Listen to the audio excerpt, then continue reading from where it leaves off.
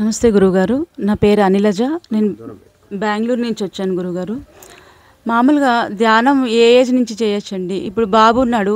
నేను ధ్యానం చేసుకుంటే చాలా మంచిది అని చెప్పి చేసుకోమని చెప్తుంటాను. కానీ ఇంట్లో పెద్దవాళ్ళు ధ్యానం ఎందుకు ఈ ఏజ్ నుంచి అలవాటు చేస్తున్నావు? ధ్యానం చేసుకోమని ఎందుకు చెప్తున్నావు? వైరాగ్యం వచ్చేస్తుంది తొందరగా. పిల్లలకెందుకు ధ్యానం చేసుకోమని చెప్తున్నావు అని కొంచెం కోల్డ్ వార్ మాదిరిగా అవుతుంటుంది గురుగారు. అంటే ఏ ఏజ్ నుంచి ధ్యానం చేసుకోవచ్చు? నిజంగానే పిల్లలు చేయకూడదా? అంటే వైరాగ్యం వస్తుందా ధ్యానం చేస్తే అనేది ఒకటి చెప్పండి గురుగారు. ముందుగా వైరాగ్యం అంటే అదొక రోగం కాదమ్మా. దాని గురించి వచ్చేస్తే ఏమన్నా అయిపోతుందని భయపడడానికి. శ్రీరామచంద్రునికి 12 సంవత్సరాలకే వైరాగ్యం వచ్చింది. మళ్ళీ ఎవరంటే ఆయన చక్రవర్తి. ఆయన ఇంకా తిరుగులేదు. ఇంకా ఆయన్ని మెప్పించడానికి ఏమైనా చేస్తాడు వాళ్ళ నాయన, ఏ వస్తువైనా. మరి అప్పటికి కూడా ఆయనకి వైరాగ్యం వచ్చింది. వైరాగ్యం అంటే స్టెబిలిటీ. వైరాగ్యం అంటే డిపెండబిలిటీని దూరం చేసేది. ప్రపంచంలో ఏది లేకపోయినా నేను బలవంతుణ్ణి, నేను సంతోషంగా ఉంటాను, I own my self, will be happy without depending on anything. వైరాగ్యం అంటే బలవంతుడు అవ్వడం. మనం అందరూ అనుకునే వైరాగ్యము అది కాదు. దాని పేరు వైరాగ్యం కాదు, అది విరక్తి. విరక్తి వచ్చేసి సన్యాసి అయిపోతాడేమో. విరక్తి వచ్చి సన్యాసి అయిపోయేవాడు 3 నాళ్ళ మధ్యాహ్నం కూడా ఉండలేడు. వైరాగ్యం వచ్చి సన్యాసి అయిపోయేవాడు దాన్ని జయించుకుంటాడు. వైరాగ్యం అంటే దాని పట్ల ఉన్న చెడు భావన. వైరాగ్యం అంటే ఒక వస్తువు పట్ల మమకారము, ఆసక్తి లేకుండా ఉండటం.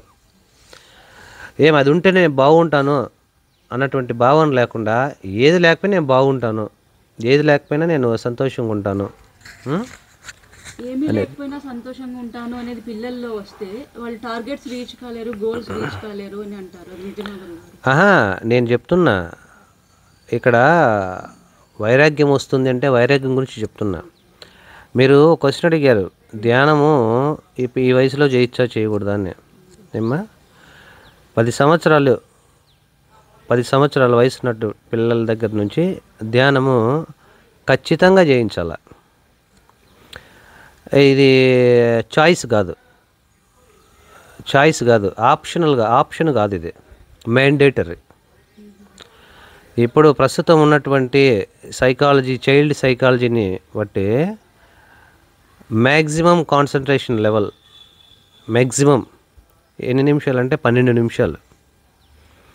12 నిమిషాల కంటే ఎక్కువ వాడు ఫోకస్ చేయలేడు. ఇంకా 12 నిమిషాల కంటే ఎక్కువ చెప్పినామనుకో వాడు దాన్ని పట్టుకోలేడు. ఇప్పుడు ఇంకా తగ్గిపోయింది పిల్లల్లో.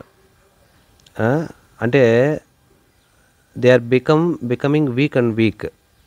చాలా బలహీనలు అయిపోతున్నారు. ఎందుకంటే డీవియేషన్స్, డిస్ట్రాక్షన్స్ ఎక్కువైపోవడం వల్ల. మీరు అన్నారు ఇప్పుడు వైరాగ్యం వచ్చేస్తే టార్గెట్ పెట్టుకోరు కదా అని. అది చాలా తప్పది. వైరాగ్యం అంటే ఏంటంటే నీ ఎనర్జీని నిలువ పెట్టుకోవడం, నీ ఎనర్జీని వృధా అయిపోకుండా నువ్వు కాపాడుకోవడం. ఎప్పుడైతే ఎనర్జీని కాపాడుకుంటాడో వాని యొక్క మనోశక్తిని వాడు కాపాడుకుంటాడో, అన్ని విషయ వస్తువులపైకి పోకుండా వాడు కాపాడుకుంటాడో, వాడు ఏ టార్గెట్ అయినా పెట్టుకునియండి దాన్ని రీచ్ అవుతాడు. మెడిటేషన్ అనేది వాళ్ళలో డీవియేషన్ని తగ్గిస్తుంది, విక్షేపణాన్ని తగ్గిస్తుంది.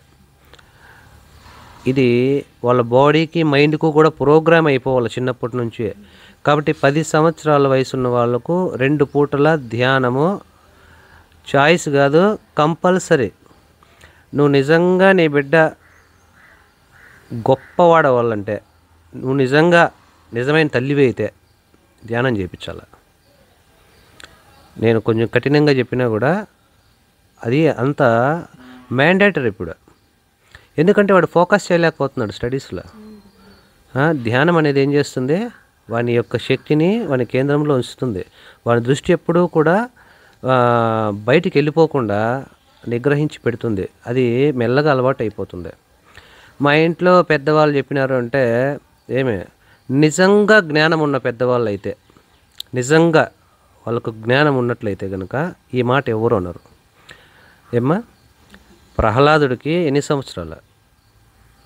ధ్రువుడు తెలుసు కదా, ధ్రువ చరిత్ర. పెద్దవాళ్ళు ఎవరైతే అన్నారో ఒకసారి ధ్రువ చరిత్ర చెప్పండి. 6 సంవత్సరాల వయసు. 6 సంవత్సరాల వయసులో ధ్రువుడు చేసిన తపస్సుకు ముల్లోకాలు కంపించిపోయినాయి. మొత్తం విశ్వమంతా వైబ్రేషన్ వచ్చేసింది. భయపడిపోయి శ్రీమన్నారాయణుడు వచ్చేసింది.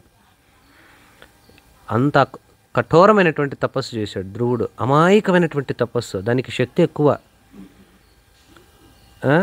కాబట్టి ఒకటి, మీరు ఆధ్యాత్మికత పట్ల, ధ్యానం పట్ల మీరు అన్కండిషనల్గా విశ్వాసం పెట్టుకోవాలి. మీకు విశ్వాసం ఉన్నప్పుడు మీ పిల్లలు ఓకేనా, మీరు సన్మార్గంలో పెట్టాలనుకున్నారు కాబట్టి మీరు స్వతంత్రంగా మీరు చేయాల్సి ఉంటుంది. 10 సంవత్సరాల నుంచి ధ్యానము చేయించవచ్చు కాదు, చేయించాలా.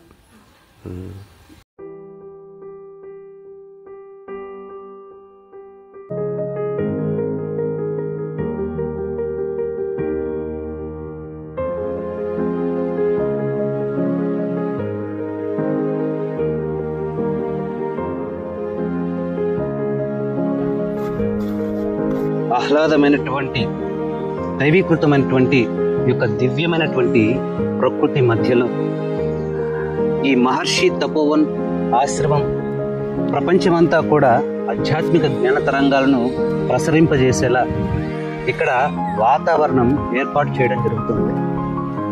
ప్రతి ఒక్కళ్ళు కూడా తమ యొక్క సాధనను పరిపుష్టం చేసుకుని ఇక్కడ గురువు నుంచి ఉపదేశాన్ని పొంది తన్ను తాను తెలుసుకొని తన జీవితాన్ని చక్కదిద్దుకొని ఆ భగవంతుడి యొక్క కృపను పొందుతారని ఆశిస్తున్నాను. ఇక కొద్ది కాలంలోనే ఈ ఆశ్రమం నిర్మాణం పూర్తయిపోతుంది. ఈ నిర్మాణానికి సంబంధించి మీరందరూ కూడా మీకు తగిన సహాయ సహకారాలు అందిస్తారని మేము ఆకాంక్షిస్తూ ఉన్నాం. అతి త్వరలోనే ఈ ఆశ్రమం ప్రారంభమవుతుంది. మీకందరికీ కూడా ఆధ్యాత్మిక జ్ఞానము, ఆ జ్ఞాన ప్రసాదము ఇక్కడ పంచబడుతుంది. ధన్యవాదాలు.